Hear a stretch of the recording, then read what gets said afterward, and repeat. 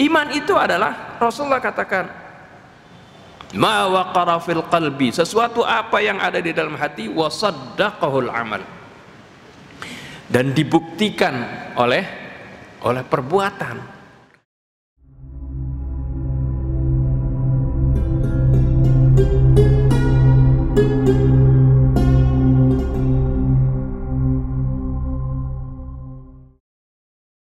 Assalamualaikum warahmatullahi wabarakatuh. Bismillahirrahmanirrahim. Alhamdulillahilladzi hadana li hadza wa ma kunna linahtadiya laula an hadana Allah. Wassalatu wassalamu ala sayyidina Muhammad ibn Abdullah wa ala alihi wa sahbihi wa man jahada fi sabilihi wa wala. Amma ba'du. Para hadirin dan hadirat sekalian, ada beberapa hal penting yang saya catat dan juga kaitannya dengan ayat-ayat yang lain,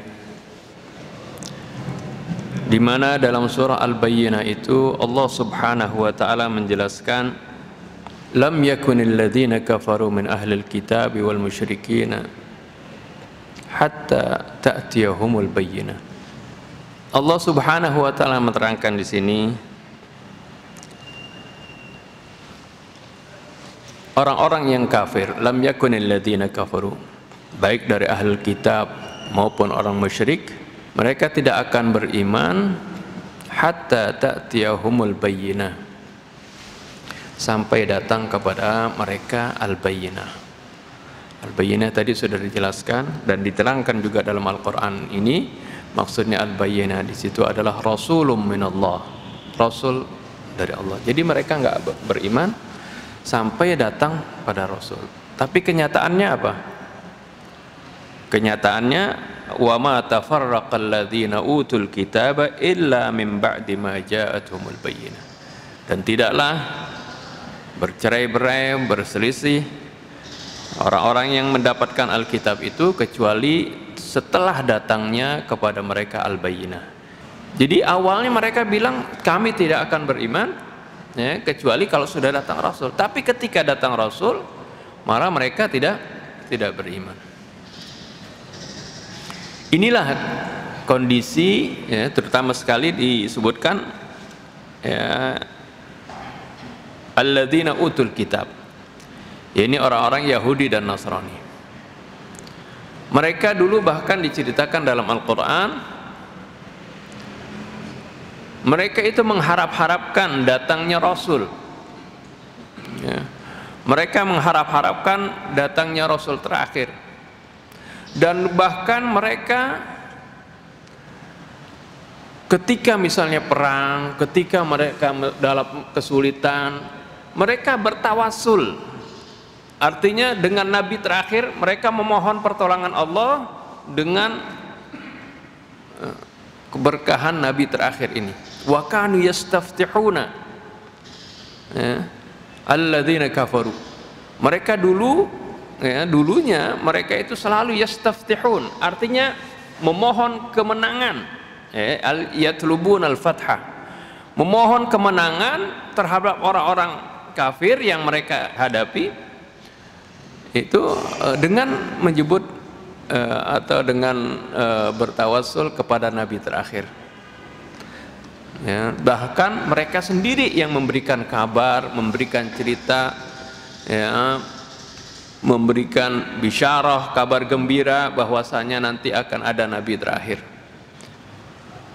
Akan tetapi ketika datang Nabi yang terakhir, Nabi Muhammad SAW, mereka sendiri yang ingkar. Bahkan penduduk Madinah itu, mereka tahu, mereka beriman kepada Nabi, kepada Rasulullah SAW itu berkat informasi dari ahlul kitab, karena di Madinah itu banyak ahlul kitab, ya. Ketika mereka melaksanakan ibadah haji, ya, sebelum mereka beriman pun, ya, para kaum musyrikin pun melaksanakan ibadah haji, ya. Mereka ketika selesai mendengarkan ibadah haji, di sana ada orang yang sedang berdakwah gitu, kemudian didengerin, ternyata ini rupanya ini seperti apa yang diberitakan oleh orang-orang Yahudi kepada kita bahwasanya akan ada nabi terakhir. Oleh karena itu, mari kita beriman kepadanya sebelum orang-orang Yahudi mendahului kita kan. Nah, pada saat itulah akhirnya mereka dikumpulkan dengan inisiatif pamannya Nabi, yaitu Al-Abbas. Sayyidina Abbas itu waktu itu belum beriman. Sayyidina Abbas ini secara zahir belum beriman, ya. Berimannya nanti mendekati Futuh Mekah baru beriman, ya. Padahal sebenarnya dia ini termasuk orang-orang yang beriman tapi tidak menampakkan diri. Ini termasuk siasat Nabi kita Muhammad SAW.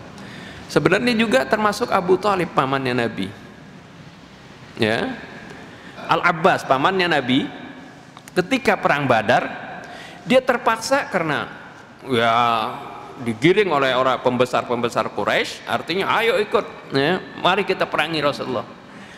Ketika perang Badar ngikut Al-Abbas ini di golongan kufar Quraisy.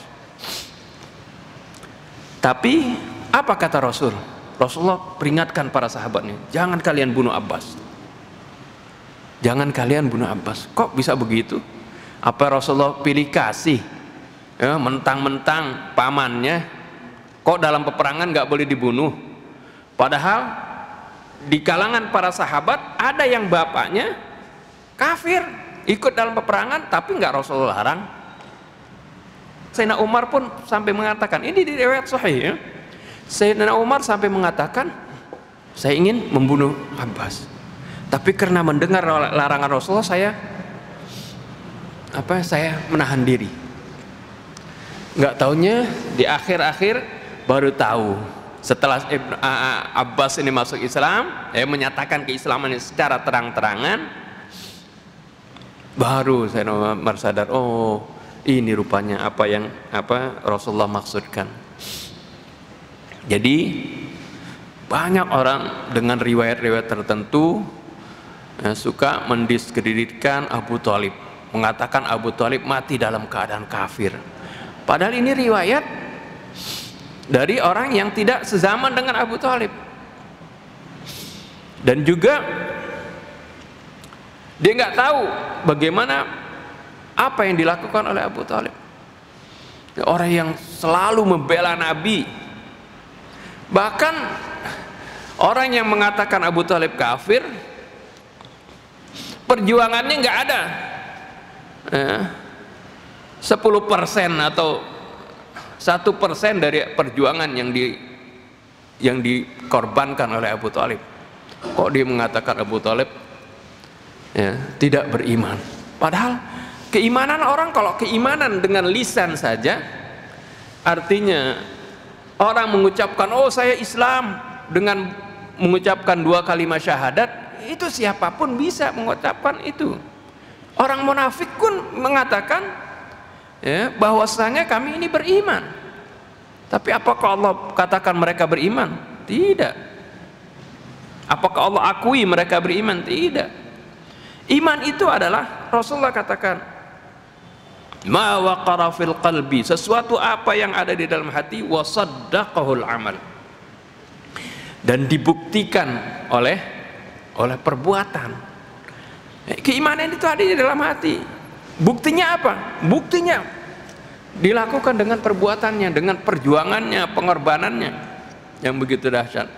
Ini, ya, karena satu riwayat ini sering masyhur di kalangan umat Islam, selalu mengatakan, ya, kalau mencontohkan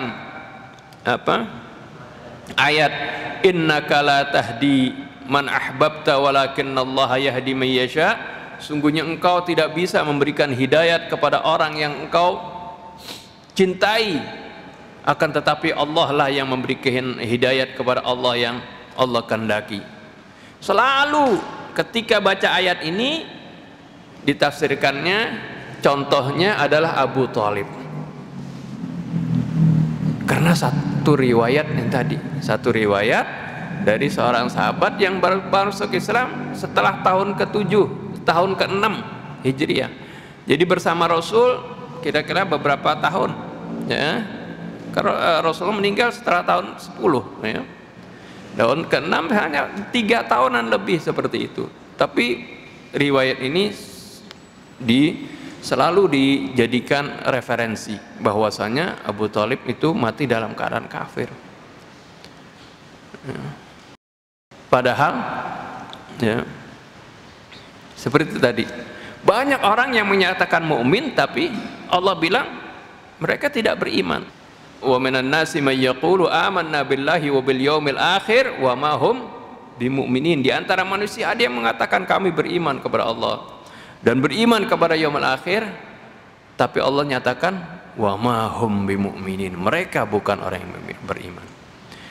Ketika tadi membaca ayat Quran, hendaklah ayat Quran ditafsirkan dengan ayat Quran lagi, ya, dengan ayat Quran yang lain. Ketika kita baca, ya, wa innaka la tahdi man ahbabta, innaka la tahdi man ahbabta walakinnallaha yahdi man yasha. Sungguhnya engkau tidak bisa memberikan hidayah kepada orang yang engkau cintai, akan tetapi Allah lah yang akan memberikan hidayah kepada orang-orang yang Allah kehendaki. Ya, ini diterjemahkan atau ayat ini menceritakan tentang siapa? Bukan tentang Abu Thalib, tapi Abu Lahab. Abu Lahab juga pahlawan Nabi, dekat dengan Nabi asalnya.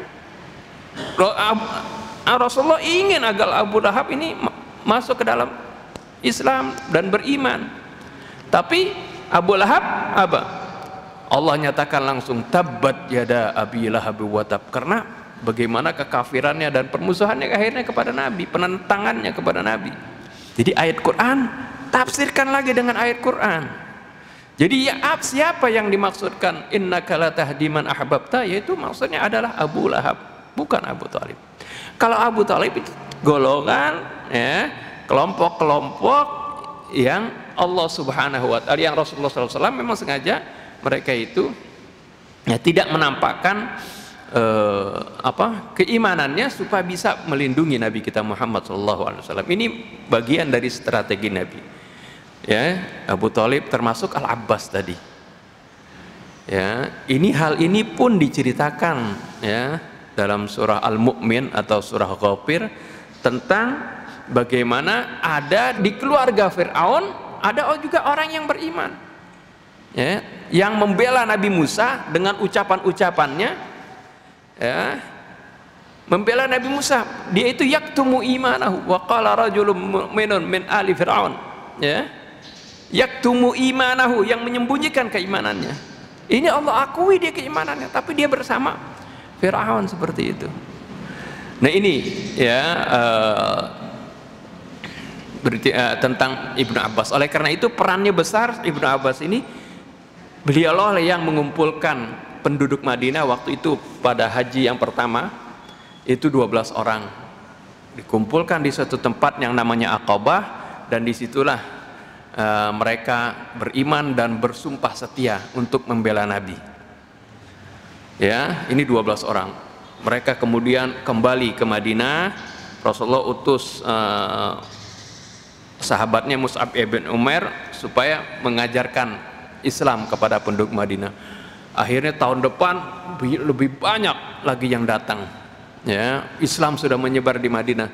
Mereka kemudian mengutus lagi 72 orang, ya, dan di musim haji berikutnya, pada saat itulah dikumpulkan lagi oleh Al-Abbas. Mereka berbaiat lagi, baiatul Aqabah al-Tsaniyah nih, ya, berbaiat untuk siap membela Nabi Muhammad SAW sampai titik data penghabisan. Nah, akhirnya mereka kembali ke Madinah. Nah, setelah itu baru terjadi peristiwa hijrah Nabi, kan, ya. Sebelumnya hijrah ke Habasyah, ya, kemudian yang terakhir adalah hijrah ke Madinah karena di sana sudah banyak kaum mukminin di sana. Nah itu, jadi bagaimana penduduk Madinah ternyata mereka antusias beriman kepada Nabi karena memang mereka sudah mendapatkan informasi sebelumnya dari penduduk Madinah sendiri, yaitu dari ahlul kitab, ya, mereka yang beriman. Tapi ternyata ahlul kitabnya sendiri tidak beriman. Kenapa seperti itu? Ya. Nah ini, kenapa mereka tidak beriman padahal mereka sendiri yang mengabarkan berita tersebut? Karena ada baghyam bainahum, karena ada apa? Kedengkian, kesombongan di antara mereka. Ternyata nabi terakhir kenyataannya bukan dari Bani Israel tapi Bani Ismail, bukan dari keturunan orang-orang Yahudi. Mereka kan merasa bangga semua nabi kebanyakan itu diutus dari Bani Israel. Mereka menganggap bahwasanya mereka adalah bangsa-bangsa pilihan. Ya, mereka sampai diceritakan dalam Al-Quran, nahnu ahibbullah, kami ini adalah nahnu abnaullah wa ahibba'uh. Ya, orang-orang yang al-Yahud wa Nasara mengatakan, orang Yahudi itu ahlul kitab mengatakan mereka kami ini adalah anak-anak Allah dan kecintaan Allah. Artinya mereka menganggap gen mereka sampai sekarang itu, mereka menganggap gen mereka ini gen istimewa. Ya, keturunan mereka itu turunan yang istimewa, sehingga ketika lihat nabi yang terakhir ini bukan dari Bani Israel, mereka nggak mau ikuti, bukan karena nggak tahu kebenarannya, ya, tapi karena ada kesombongan di dalam hatinya. Ini baghyam bainahum, ya. Ini Allah Subhanahu wa taala sebutkan, ya, hal ini dalam surah Al-Baqarah 213 atau juga dalam surah Al-Imran, ya. Al-Imran ayat 19, Asy-Syura ayat 14, Al-Jathiyah ayat 17. Ini semuanya menerangkan bagaimana, ya, tadi kalau Al-Imran ayat 19 sudah dibacakan Ustaz tadi, innad dina 'indallahil Islam wa makhtalafa alladziina utul kitaba illa min ba'di ma ja'ahumul ilmu baghyam bainahum. Ya, arti tidaklah berselisih orang-orang ahlul kitab kecuali setelah datang kepada mereka ilmu, pengetahuan tentang kebenaran, ya, baghyam bainahum. Baghyan ini, ya, adalah karena keangkuhan, karena kesombongan. Baghyan juga artinya melampaui batas. Ya, ini adalah merupakan kunci, merupakan hal yang menghalangi seseorang itu untuk menerima kebenaran itu kalau ada kedengkian, kalau ada kesombongan. Banyak, ya, orang ketika disampaikan kebenaran, ketika dia melihat yang menyampaikan itu orang biasa, yang menyampaikannya itu orang yang nggak terkenal, ya, yang menyampaikan itu orang baru lulus dari pesantren seperti itu. Ya, padahal yang disampaikannya itu kebenaran, tapi, ya, karena ada kesombongan dalam dirinya, dia nggak mau terima. Padahal kebenaran itu datangnya dari mana saja, ya, hendaknya diterima. Ya. Sampai Sayyidina Ali mengatakan, hudhil hikmata walau min famil bahaim. Ya. Ambillah hikmah, ambillah ilmu itu, ambillah sesuatu kebenaran itu walaupun keluarnya dari mulut hewan sekalian. Ini menunjukkan maksudnya dari siapapun kalau kebenaran hendaknya diterima, ya. Nah, inilah yang menjadikan bagaimana, ya, orang-orang ahli kitab tidak mau beriman sampai 4 kali itu, ya. Faktor ini yang membuat mereka tidak beriman. Begitu juga orang-orang kufar Mekah, orang-orang musyrikin. Mereka beralasan tidak mau beriman kepada Nabi, ya, sampai Nabi menunjukkan bukti-bukti. Ini disebutkan dalam surah Al-Isra. Saking mereka tidak mau berimannya kepada Nabi walaupun sudah tahu ini adalah kebenaran. Seperti yang dibacakan Ustaz Husain tadi, wajahadu biha wastayqanatha anfusuhum zulman wa 'uluwa. Wajahadu biha, mereka ingkar dengan Al-Quran, wastayqanatha anfusuhum, tapi hati kecil mereka, diri mereka itu meyakini kebenaran ini. Kenapa mereka ingkar? Zulman, karena kezaliman, wa 'uluwan, dan karena keangkuhan. karena kesombongan. Terkadang karena kesombongannya ini mereka beralasan, mencari-cari alasan supaya tidak beriman begitu. Dalam surah Al-Isra sampai mereka meminta argumen macam-macam kepada Nabi. Ya, Al-Isra ayat 89 sampai dengan ayat 93. Diceritakan bagaimana kekehnya orang-orang kafir ini tidak mau beriman kepada Allah, kepada Rasulnya, dan juga tidak mau mengikuti Al-Quranul Karim. Walaqad sarrafna lin-nasi fi hadzal qur'ani min kulli mathal. Sungguh kami telah sampaikan berulang-ulang bagi manusia fi hadzal Qur'an, di dalam Al-Qur'an ini, min kulli mathal, dengan berbagai macam perumpamaan. Allah sering di dalam Al-Qur'an itu menceritakan atau menyebutkan perumpamaan-perumpamaan yang tujuannya adalah supaya mau dimengerti. Biasanya kalau kita memberikan suatu pelajaran, biasanya kita ngasih contoh. Maksudnya tujuannya memberikan contoh, memberikan perumpamaan supaya mudah difahami. Ini di Al-Quran pun berulang kali Allah Subhanahu wa Ta'ala memberikan contoh dengan perumpamaan-perumpamaan. Ya, perumpamaan bagaimana keimanan, misalnya Allah gambarkan seperti pohon yang akarnya menghunjam ke bumi, dahannya menjulang ke langit, memberikan kesejukan, memberikan kenyamanan, memberikan manfaat kepada lingkungannya. Ya, ini adalah salah satu contoh tamtsil, namanya perumpamaan. Ini tujuannya agar supaya kita bisa paham. Ini salah satu metode mengajar juga, ya, harusnya kita selalu memberikan contoh, ya, seperti itu. Nah, ini Allah sebutkan fa'aba aktsarun nasi illa kufura, tapi kebanyakan manusia tidak mau menerimanya. Mereka lebih suka untuk ingkar kepada apa yang disampaikan Al-Quran itu. Waqalu, nah ini alasan mereka, ya, atau argumen mereka supaya mereka tidak beriman, supaya mereka, ya, mematahkan argumen Nabi. Mereka mengatakan apa? Waqalu lan nu'mina laka hatta tafjura lana minal ardi yanbu'a. Mereka mengatakan, kufar Quraisy ini mengatakan, kami tidak akan beriman kepada engkau sampai engkau bisa, ya, memancarkan air, mata air dari bumi Mekah ini. Ya, Mekah yang tandus, ya, coba pancarkan air sehingga di Mekah ada sungai-sungai yang jernih.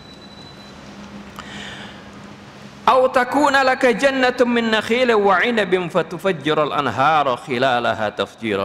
Atau kami enggak beriman kepada kamu sampai kamu memiliki kebun-kebun, ya, dari kurma maupun anggur, dan kamu alirkan di celah-celahnya, ya, mata-mata air yang mengalir. Yes. Jadi mereka menganggap Nabi mestinya seperti itu. Ya, bisa enggak kamu lakukan seperti itu? Autus qitas samaa kama za'amta alaina kisafan. Ya, lebih gila lagi mereka meminta autus qitas sama, atau kamu menjatuhkan, meruntuhkan langit itu berkeping-keping. Kama za'amta, sebagaimana klaim kamu bahwasanya nanti, kan ayat-ayat Quran sebelumnya sudah menerangkan langit akan runtuh, akan hancur. Coba sekarang datangkan itu, buktikan langit itu akan runtuh. Apakah kamu bisa membuat hal itu, menjadikan langit ini runtuh seperti klaim kamu? Au ta'tiya bil malaikati billahi wal malaikati qabila, atau kamu, mendatangkan Allah dan para malaikatnya menghadap. Ya, permintaan aneh-aneh, ya. Sama seperti Banu Israel dulu, ingin melihat Allah, ya. Mereka bilang lan nu'mina laka hatta narallaha jahratan.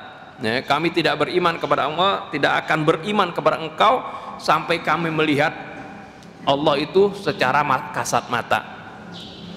Ini juga sama, ya. Jadi dakwah para rasul, ya, itu semuanya sama, ya, menuju ke keimanan. Dan tantangannya juga para rasul itu sama seperti itu. Ya, tantangan para rasul, ujian para rasul, cobaan para rasul itu berulang. Begitu juga dai-dai yang benar-benar mengikuti jalannya Rasul pasti akan mendapatkan cemoohan seperti itu. Jadi apa? Atau kamu datangkan Allah dan para malaikatnya qabilah menghadap. Au yakuna laka baitun min zukhrufin, atau kamu mempunyai rumah dari permata, punya istana yang megah. Au tarqa fis sama, atau kamu bisa naik ke langit. Walan nu'mina ruqiyika, walaupun kamu bisa naik ke langit, tetap kami enggak beriman hatta tunazzila alaina kitaban naqra'u, sampai kamu nurunkan untuk kami kitab yang akan kami baca. Jadi kamu naik ke langit, ambil kitab, kemudian berikan kepada kami. Ini permintaan-permintaan aneh, ya. Apa jawaban Nabi? Apa yang Allah perintahkan kepada Nabi untuk jawab permintaan mereka? Qul, katakanlah ya Rasulullah, subhana rabbi hal kuntu illa basyarar rasula. Maha suci Tuhanku. Arti maha suci maksudnya apa? Kalau Allah menghendaki bisa saja, tapi hal kuntu illa basyarar rasula, aku tidak lain hanyalah seorang manusia yang diutus sebagai rasul. Jadi kalian jangan minta yang aneh-aneh, ya. Aku ini tidak lain adalah seorang manusia yang diutus sebagai rasul. Terus wa ma mana'an nasa ayyuminu, apa yang membuat manusia itu enggan untuk beriman? Idza ja'ahumul huda, ketika datang petunjuk kepada mereka, illa an qalu ab'atsallahu basyarar rasula, ya. Kecuali mereka mengatakan, masa sih Allah mengutus seorang manusia sebagai rasul? Ya, mereka menganggap rasul itu harusnya dari malaikat. Bahkan Allah katakan, qul law kana fil ardi malaikati yamshuna mutmainnina lanazzalna minas sama'i malakar rasula. Katakanlah ya Rasulullah, andai kata di bumi ini ada malaikat-malaikat, ya, yang berjalan di muka bumi dengan tenang, pasti kami akan turunkan, ya, kepada mereka dari langit malakar rasula, ya, seorang malaikat juga sebagai rasul. Jadi rasul itu diutus dengan adalah dari bangsa yang sebangsa dengan yang orang-orang yang diutus itu. Karena dari bangsa manusia, kita ini bangsa manusia, maka Allah mengutus rasulnya dari bangsa manusia. Begitu juga, ya, sebelum Nabi Muhammad SAW, ya, bangsa jin juga, ya, Allah utusnya dari bangsa jin, seperti itu. Kecuali pada zaman Rasulullah, mereka ikutnya kepada Rasulullah Sallallahu Alaihi Wasallam. Jadi ini sedikit petikan dari surah Al-Bayyinah tadi, bagaimana di sana Allah mengingatkan banyak orang-orang yang sudah mendapatkan petunjuk, sudah mengerti, tapi tidak mau mengikuti petunjuk tersebut. Ya, itu tidak lain adalah karena ada keangkuhan, ya, karena ada kesombongan dalam dirinya, ya, maka dia tidak mau mengikuti kebenaran. Ini penyakit ini adalah termasuk penyakit hati. Insya Allah nanti kita akan bahas tentang masalah ini, yang membuat manusia, ya, tidak tunduk kepada kebenaran karena adanya kesombongan.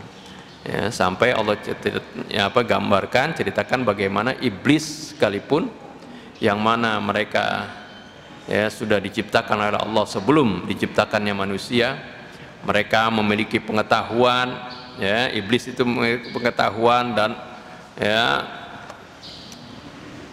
mengenal Allah dan bahkan berdialog dengan Allah, ya, tahu adanya surga dan neraka, tapi dia, ya, tidak mau kemudian beriman, ya, dia angkuh, tidak mau sujud kepada Nabiullah Adam, adalah karena kesombongannya, ya.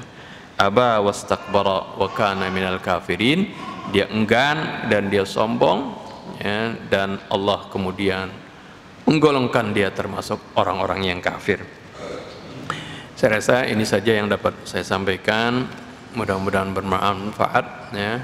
dan menambahkan kita selalu mendekatkan diri kepada Allah Subhanahu wa taala dengan penuh kehusyuan, ketawaduan, ya, walaupun kita memiliki pengetahuan yang banyak, ya, kita harapkan pengetahuan itu, ya, mendorong kita menjadi lebih khusyuk, ya, kepada Allah Subhanahu wa taala, menjadi lebih tawadhu. Rasulullah katakan, man izdada ilman walam yazdad hudan lam yazdad minallahi illa bu'da.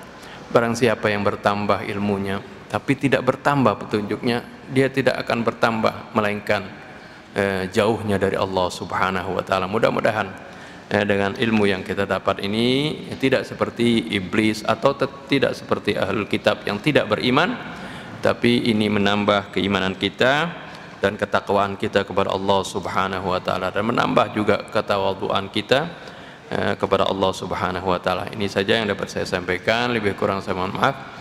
Billahi taufiq wal hidayah. Wassalamualaikum warahmatullahi wabarakatuh.